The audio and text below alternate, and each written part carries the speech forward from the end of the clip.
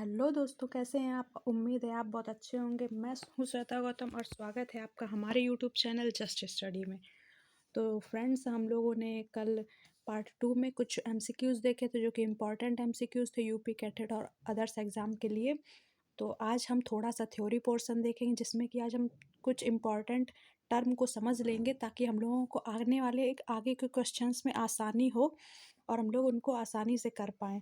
तो आज हम थोड़ा सा थ्योरी पोर्शन देखेंगे और उसमें हम लोग कम टाइम में ज़्यादा चीज़ें समझने की कोशिश करेंगे और मैं पूरी कोशिश करूँगी कि आप लोगों को आसानी से चीज़ें समझ में आएँ।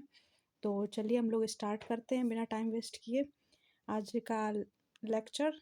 तो चलिए स्टार्ट करते हैं कि क्या लिखा हुआ है। कलर ले लेती हूँ मैं। टैक्सोनॉमिक हायरार्की लिखा हुआ है फर्स्ट में।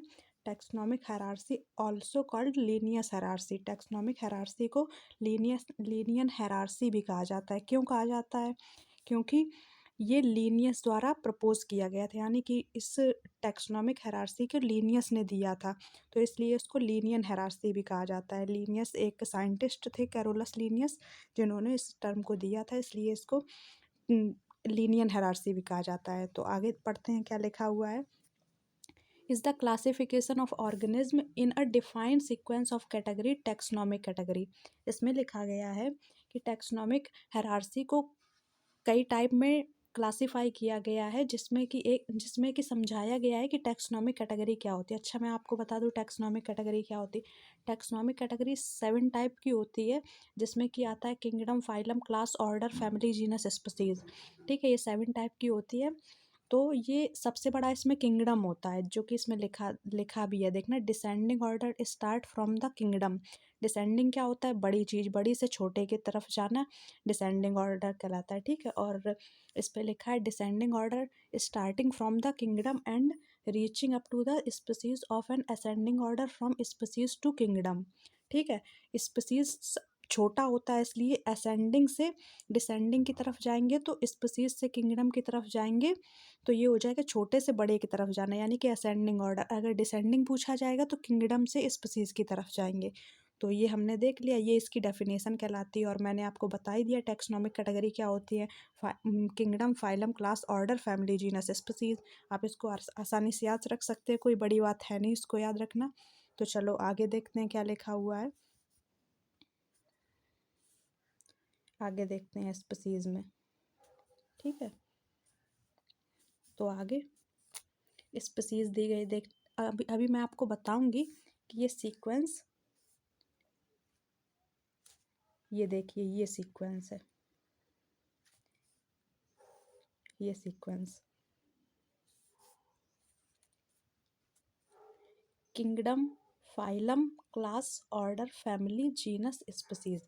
अगर ये नीचे से लेके ऊपर तक हम याद करें, kingdom, phylum, class, order, family, genus, species, तो ये हो जाएगा डिसेंडिंग ऑर्डर। ठीक है, ये डिसेंडिंग ऑर्डर में हो जाएगा। अगर हम लोग स्पीसीज से लेके नीचे आएंगे किंगडम की तरफ, तो ये हो जाएगा असेंडिंग ऑर्डर। ठीक है, तो अगर असेंडिंग ऑर्डर में पूछेगा तो इसका सीक्वेंस हो जाएगा species, genus, family, order, class, phylum, kingdom. अच्छा, ये डिवीज़न क्यों दिया गया? ये डिवीज़न प्लांट में यूज किया जाता है और फाइलम एनिमल में यूज़ किया जाता है। ठीक है, तो इस सीक्वेंस को याद रखेंगे, क्योंकि हम लोग जब आगे के क्वेश्चंस करेंगे तो आपको हेल्प मिलेगी। उसमें क्वेश्चन में पूछ लिया जाएगा जीनस बोल दिया जाएगा और ऑर्डर बोल दिया जाएगा। जीनस ऑर्डर के बीच में क्या आता है? तो फैमिली आती है। तो आपको ये पूरा सीक्वेंस याद रखना है, ताकि आगे जब हम लोग क्वेश्चन करेंगे तो आपको हेल्प मिल जाए। ठीक है, तो ये टर्म आपने देख ली, ये सीक्वेंस याद रखना बहुत ज़्यादा ज़रूरी है।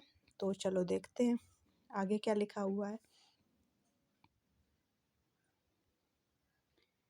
और यहाँ पे दिया गया है टैक्सोनॉमिक एड किसको कहते हैं? एड। ठीक है, तो देखते हैं, पढ़ते हैं। इंपॉर्टेंट चीज़ें पढ़ेंगे, पूरा नहीं पढ़ेंगे ज़्यादा, फिर कोई मतलब का नहीं रह जाएगा। चलो फिर देखते हैं। Technique, procedure and store information that are useful in identification और classification of organism are called taxonomic aid. Information को स्टोर किया जाता है, इंपॉर्टेंट और इम्पॉर्टेंट इन्फॉर्मेशन को जब स्टोर किया जाता है, जो जैसे कि आइडेंटिफिकेशन हुआ, किसी चीज़ को पहचानना हुआ, और उसके बाद क्लासिफिकेशन ऑफ ऑर्गेनिज्म को क्लासीफाई कर दिया गया, अलग अलग डिवीज़न में क्लासीफाई कर दिया गया, इसको टैक्सोनॉमिकल एड कहते हैं। इसकी टेक्निक को टैक्सोनॉमिकल एड कहते हैं, ऐसी टेक्निक को। ठीक है, तो आगे बढ़ते हैं, क्या दिया गया है।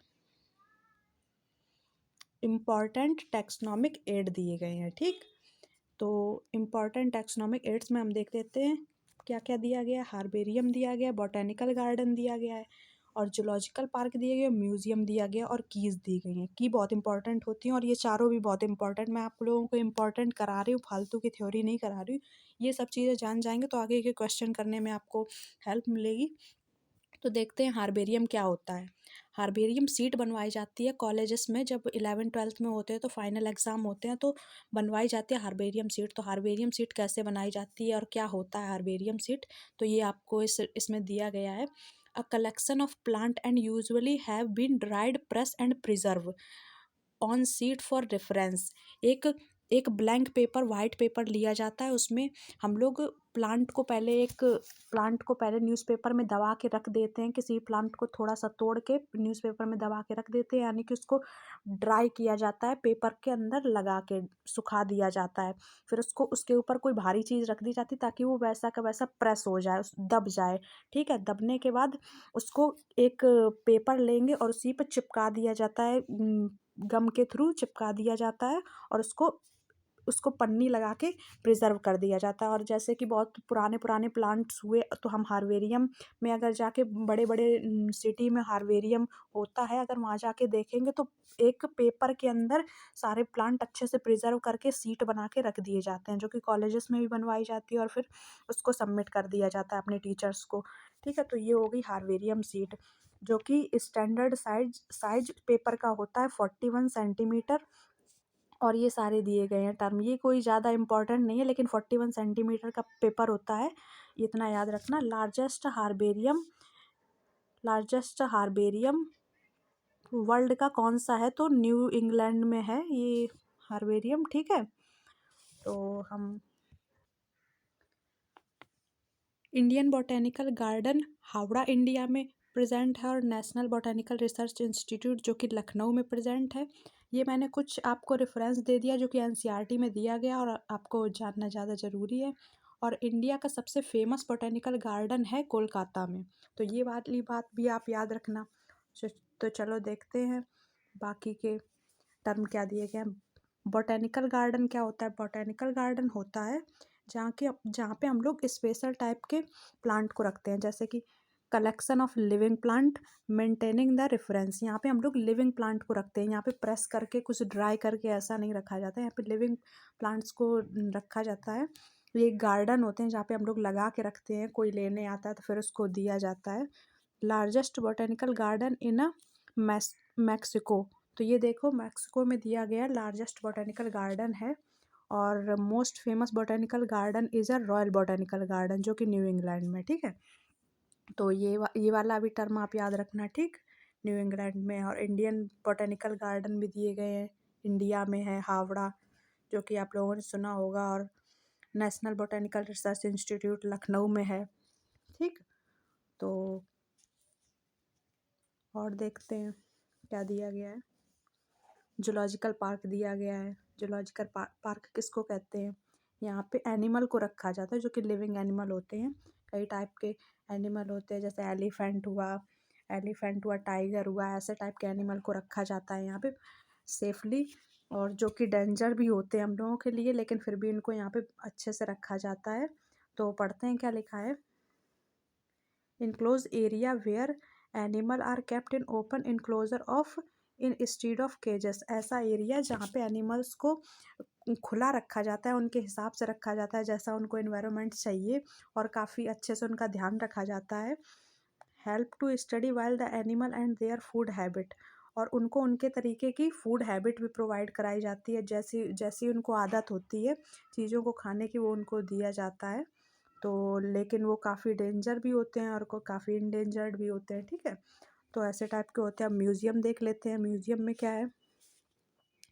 Museum, a place used for storage, preservation, and exhibition of object, natural history, art, and object of the natural antiquities. ठीक है, एंटीक्वेंटीज तो क्या दिया है ये, मतलब ऐसा प्लेस होता है जहाँ पे एनिमल को प्रिजर्व करके रखा जाए। जैसे कोई एनिमल की डेथ हो गई मान लो, तो उसको प्रिजर्व करके, उसको फॉर्मेलिन में प्रिजर्व करके, फॉर्मेलिन एसिड होता है जिसके अंदर एनिमल को रख दिया जाता है, कांच के बर्तन में भर के उसको रख दिया जाता है। बड़े बड़े म्यूजियम्स होते हैं काफ़ी कॉलेजेस में, बड़ी बड़ी यूनिवर्सिटीज़ में ये हम लोगों को देखने मिलते हैं। हम लोग कॉलेजेस में भी होते हैं, 12th क्लास के जब एक्सपेरिमेंट कराए जाते हैं तो उन कॉलेजेस में भी म्यूजियम बना दिए जाते हैं। Exhibition of object, natural history, और मतलब काफ़ी पुराने पुराने एनिमल आपको वहाँ देखने मिल जाएंगे, नेचुरल एनिमल जो कि हम लोगों ने काफ़ी देखे हैं, और पुराने एनिमल जो नहीं भी देखे हैं वो भी आपको देखने मिल जाएंगे म्यूज़ियम में। तो ये हो गया म्यूज़ियम। तो आगे का देखते हैं क्या दिया गया है, की दिया गया है। ठीक, की क्या होता है समझ लेते हैं। की टर्म किसने दिया था, तो इस पे दिखाया गया है की टर्म किसने दिया था। की टर्म गिवन बाय जॉन रे। जॉन रे एक साइंटिस्ट थे जिन्होंने की टर्म दिया था।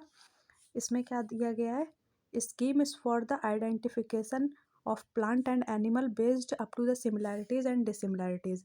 ऐसे प्लांट जिसमें कि हम लोगों को सिमिलैरिटीज़ और इनसिमिलैरिटीज़ देखने को मिलती हैं, सिमिलैरिटीज़ देखने को मिलती हैं और कुछ डिससिमिलैरिटीज़ देखने मिलती हैं प्लांट और एनिमल में। ठीक है, कुछ समानताएं देखने को मिलती हैं और कुछ असमानताएं देखने को मिलती हैं, तो उसको की कहते हैं। और देखते हैं क्या लिखा है। The 1% of organism is chosen and other discarded. कुछ टाइप के ऑर्गेनिज्म होते हैं जो कि खतरनाक होते हैं, और हम लोग मतलब ऑर्गेनिज्म के लिए ही एक, जैसे एक पर्टिकुलर ऑर्गेनिज्म ले लो कि टाइगर हुआ, टाइगर खतरनाक हो जाएगा किसके लिए, छोटे एनिमल के लिए, तो यही बात कहा जा रहा है। तो उन टाइप के एनिमल को भी की में रखा जाता है। Separated key are used for every category. कुछ सेपरेट की होती हैं, यानी कि उनको स्पेशल कैटेगरी के लिए यूज़ किया जाता है। ठीक है, तो ये होगी की। और अब हम लोग पढ़ लेते हैं मोनोग्राफ क्या होता है, मोनोग्राफ भी देख लेते हैं। मोनोग्राफ में लिखा है, monograph is a information of any taxon.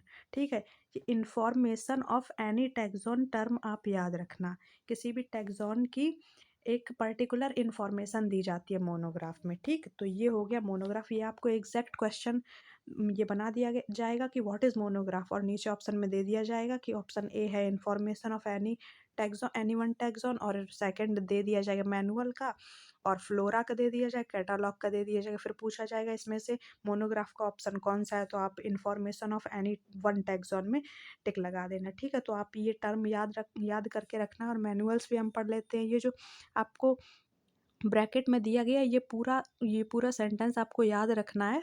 Information of identify species in an area. एक पर्टिकुलर एरिया में स्पीसीज को कैसे पहचाना जाता है, इसकी इंफॉर्मेशन हमें मैनुअल देता है। ठीक है, मैनुअल के अंदर क्या सिखाया जाता है कि किसी एक पर्टिकुलर एरिया में स्पीसीज को कैसे पहचाना जाता है, इसकी जानकारी मैनुअल देता है। ठीक है, और फ्लोरा क्या होता है, फ्लोरा देखो पढ़ते हैं। Account of habitat and distribution of plant of a given area. एक पर्टिकुलर एरिया और हैबिटेट में जो प्लांट को डिस्ट्रीब्यूट किया जाता है उसी को फ्लोरा कहते हैं। ठीक है, फ्लोरा मीन्स ही प्लांट होता है। फ्लोरा और फ्यूना आपने पढ़ा होगा एनसीईआरटी में। फ्लोरा मीन्स प्लांट होता है और फ्यूना मीन्स एनिमल होता है। ठीक है, तो इस वाले सेंटेंस को आप याद रखेंगे। और कैटालॉग भी पढ़ लेते हैं। Are catalogue are some other useful taxonomical aid. Catalogue जो होते हैं वो यूजफुल होते हैं टेक्सोनॉमिकल एड के लिए। जो कैटालॉग होते हैं वो टेक्सोनॉमिकल एड, हम लोगों ने ऊपर अभी पढ़ा ही था क्या होता है।